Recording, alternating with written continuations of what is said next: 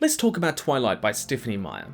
It's a first-person novel from the perspective of Bella Swan that has werewolves, vitamin D deficient Cedric Diggory, and problems. Like, if vampires don't have blood circulation, then how does Edward get hard? No, we won't be talking about that. We'll be discussing first person, all this at all these points, and go into a little bit of where Twilight falls short as a first-person narrative. And while Edward can watch Bella sleeping at her window for free, you can watch today's sponsor, CuriosityStream, for free at www.curiositystream.com/hellofutureme, links down below. First-person writing is when you write from inside the mind of a particular character, in their words, using the pronouns I or we. I dove into a rosebush. We were 10. We didn't know what happened after you died. Hell, I still don't know. Now, you're here, so you're probably already considering using first person, so we'll jump straight to the core of first person writing, its biggest challenge and its biggest advantage: character voice. First person writing means getting deep inside the mind of a character in a way you just really can't in third person.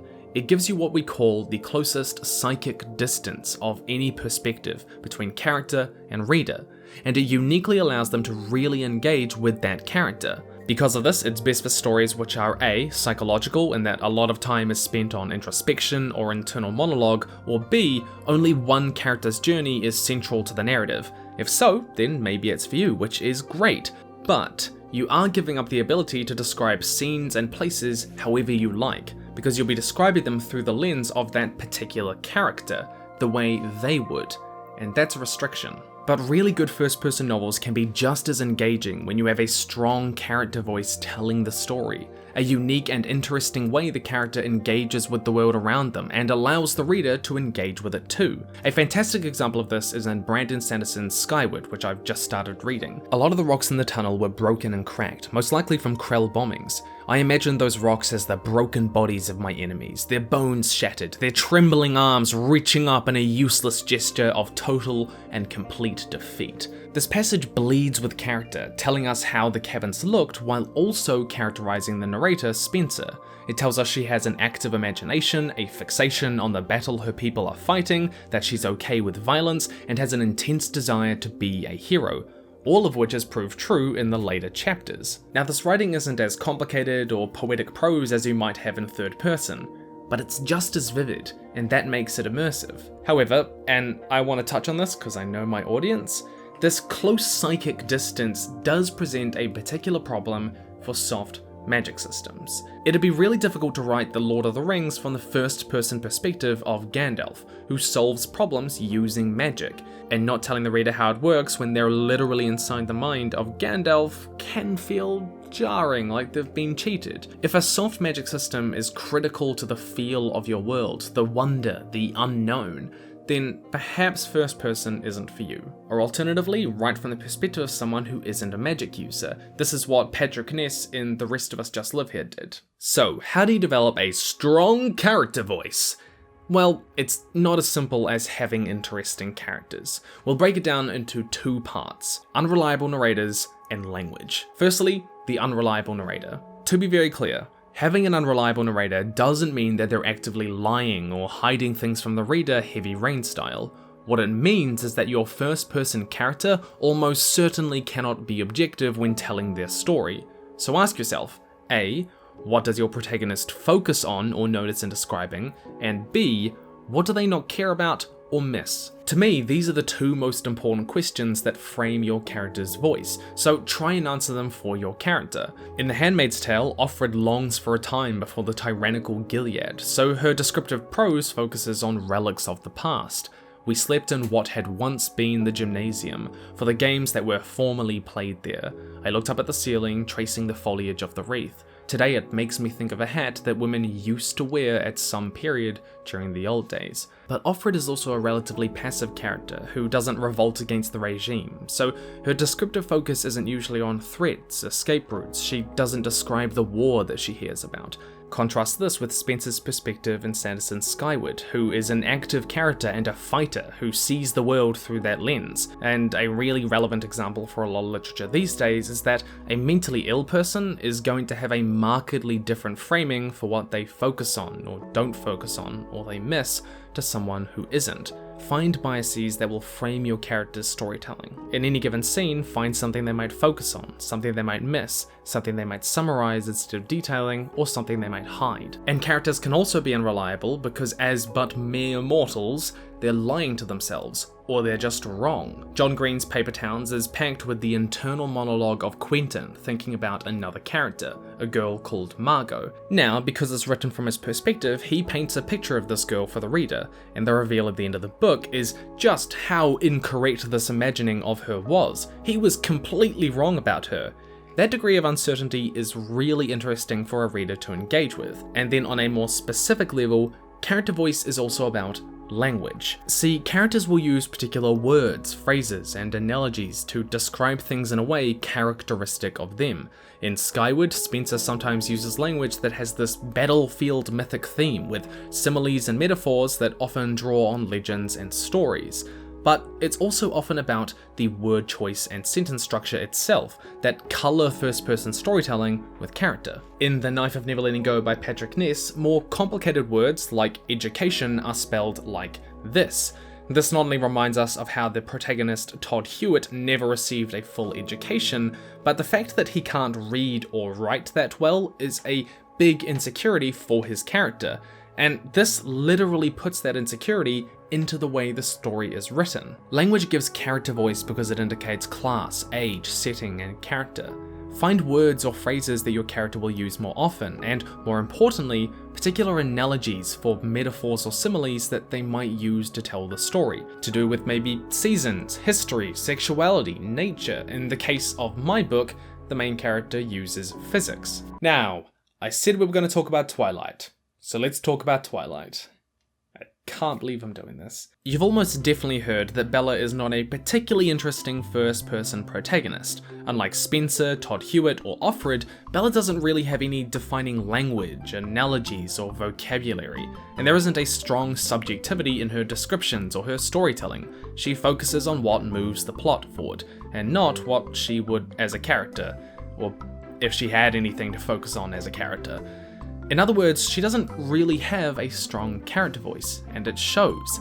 There's never a distinct feeling that she is narrating the story in a sense that someone else would not tell the story the same way. A first-person story it may be, but there's not much person in the story. First person means you generally aren't able to wax poetically like a third-person writer might, but you get to make that up with an equally immersive character voice.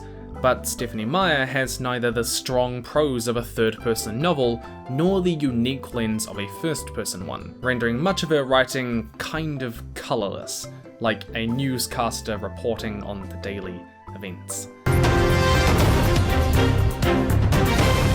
Greetings, welcome. This is the 6 o'clock news. Today my mother drove me to the airport with the windows rolled down. It was 75 degrees in Phoenix, the sky a perfect cloudless blue.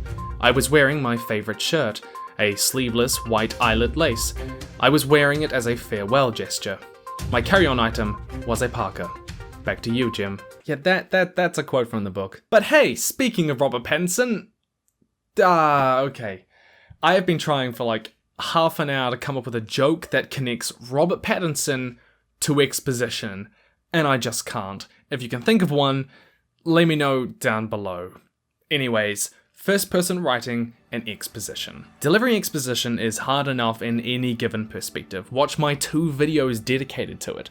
But first-person adds an extra layer of difficulty, because it can be jarring if your character goes out of their way to describe something that you would not expect them to, that they wouldn't usually. Usually mundane things like their day job, their clothes, how their house looks, or their physical description, leading to the cursed "I looked at myself in the mirror" scene at the start of way too many novels. One good way to solve this is with what I call the difference factor. In The Hunger Games, the first chapter has the characters dressing up formally for the Reaping, a big event in their society, and Collins writes, "Of course, let's put your hair up too," she says. I let her towel dry it and braid it up on my head. I can hardly recognize myself in the cracked mirror that leans against the wall. "You look beautiful," says Prim in a hushed voice. "And nothing like myself," I say. Now, this is literally a first-person character describing themselves in a mirror, but it's not jarring because the description isn't focused on what is mundane and normal, but what is different, an elaborate, formal, tied-up braid that Katniss doesn't usually have. A character describing how something mundane sounds different, looks different, or means something different to them allows first-person narrators to explore things they usually wouldn't. So if there is something obvious, mundane, or uncharacteristic that you want them to talk about, consider how you might make it different so that they would. But you'll also notice in this passage that it really doesn't tell us that much explicitly about what Katniss looks like. A little bit about her hair, and that's it. And that's because of something called inference, where readers conclude things from your writing that are not explicitly stated. First-person writers use inference a lot more than third-person writers, because the author doesn't have the same freedom to describe or tell you anything they want. Just as the character's view of the world is very limited, so is the reader's. Taking our Katniss example, it wouldn't make sense for her to go on a detailed spiel about how she looks, but just by being told that she looks nothing like herself here, with a tied up braid, a dress, and very clean, the reader can infer what she might look like. Rough hands from work perhaps, sometimes dirty, wearing simple and comfortable clothes. A very real physical description without ever saying it. Likewise, inference applies to describing places or things in the world itself, because your narrator might not characteristically go into detail about something. So instead, you describe the small things and let readers imagine the large things. The small things are going to be very individual to what you're going to see that other people wouldn't. What I mean here is that a character might only describe one part of something, like one street in a city, and the key is controlling what your readers will infer from that description. What does your phrasing imply about the things around it, about the things that aren't described explicitly? Consider this passage from The Great Gatsby. My own house was an eyesore, but it was a small eyesore and it had been overlooked, so I had a view of the water, a partial view of my neighbour's lawn, and the consoling proximity of millionaires, all for $80 a month. Fitzgerald knew that his narrator's character voice would focus on how cheap it was, one part of this, but he doesn't just describe that his house was run down with a thatch roof and had broken cobblestones. Instead, he phrases it so that we infer how grand and beautiful the mansions are around it. Rapunzel might only describe a single tower of a castle, James Bond only the smell of cigarettes in a room, or Shrek how many onions there are at a dinner, and what they taste like, and how many layers they have. Did I go too far with that metaphor? In first-person description, pick an element that your character will focus on, and in phrasing that, consider what you want the audience to imagine and infer around that. Inference will be a bigger part of how your world and characters feel in first person. And to be clear, that isn't a bad thing. Sometimes the reader will imagine things way better than you will ever describe them. Isn't that right, Grindelwald, huh? This is also kind of the trick behind the unknowable horrors of Lovecraftian gods. Now, this doesn't mean that your character won't sometimes describe everything about a place or an event, but a lot of the time they won't, so inference is a good skill to develop. Thirdly, confiding in the reader. A third-person story might describe the insecurities or secrets of a character, but a first-person narrator uniquely chooses to trust the reader with their secrets directly, and that is a very different dynamic. You can show the difference between the character's internal life and how they present to others, through revealing insights such as hopes, fears, prejudices, and regrets that your character might not be so quick to admit in their dialogue. In essence, your character's internal narrative builds a secondary dialogue that only your readers are meant to hear. For example, one of the opening lines in What Remains of Edith Finch is, "My brother Milton disappeared when I was 4. It was like the house just swallowed him up." Her first line here is choosing to confide in the reader about a family tragedy. There's a vulnerability that comes with that, and you can't help but want to be there to listen when this person wants to confide in you. And that's what first-person stories can do. Confessions make for great opening lines and facilitate that uniquely personal relationship between character and reader. What this means is that there's really kind of two narratives in first-person stories that you really can't get in third person. And that's awesome, so use it. Consider finding something your narrator can confide in the reader about in your first chapter that helps set the stage for the rest of the story. Fourthly, the importance of first-person medium. Character voice is about who is writing this, but medium is about A, why they're writing it, and B, the method in which they are doing so. The Last Time We Say Goodbye by Cynthia Hand eventually reveals that the book is written as part of a character's therapy after blaming herself for the loss of her brother, which is why the character writes so purposefully to confront her difficult emotions, and the ending is framed as her trying to come to peace with it all. Just like character voice will change what they focus on or exclude, so will why they are writing it. Likewise, The Handmaid's Tale is revealed to be a series of audio recordings, which is why the narrative is loose, meandering, and conversational, often going on random tangents. In The Name of the Wind, Kvothe is recounting his legendary tales as a bard with music. So it's not really surprising that it has incredibly poetic prose that first-person narratives don't usually have. Just like character voice and the why change how it's written, so will the medium. Lastly, basic techniques. Now, a lot of other people have covered this before, so I didn't want to focus on it. But two really good tips to remember that I found helpful are A, remove filter words. Filter words put what we talked about before, psychic distance between the reader and the character, reminding them that they are actually being told a story. There are words like imagined, saw, felt, touched. Consider this passage from, Twilight. I felt Emmett stiffen next to me, and I wondered at his reaction to the word. It meant something more to the three of them. Now let's rephrase it. Emmett stiffened next to me, a strange reaction to the word. It meant something more to the three of them. By removing the filter words felt and wondered, the reader really feels like they're more there, and the sentences carry more of a punch. We also don't need Bella to tell us that she wondered about the word.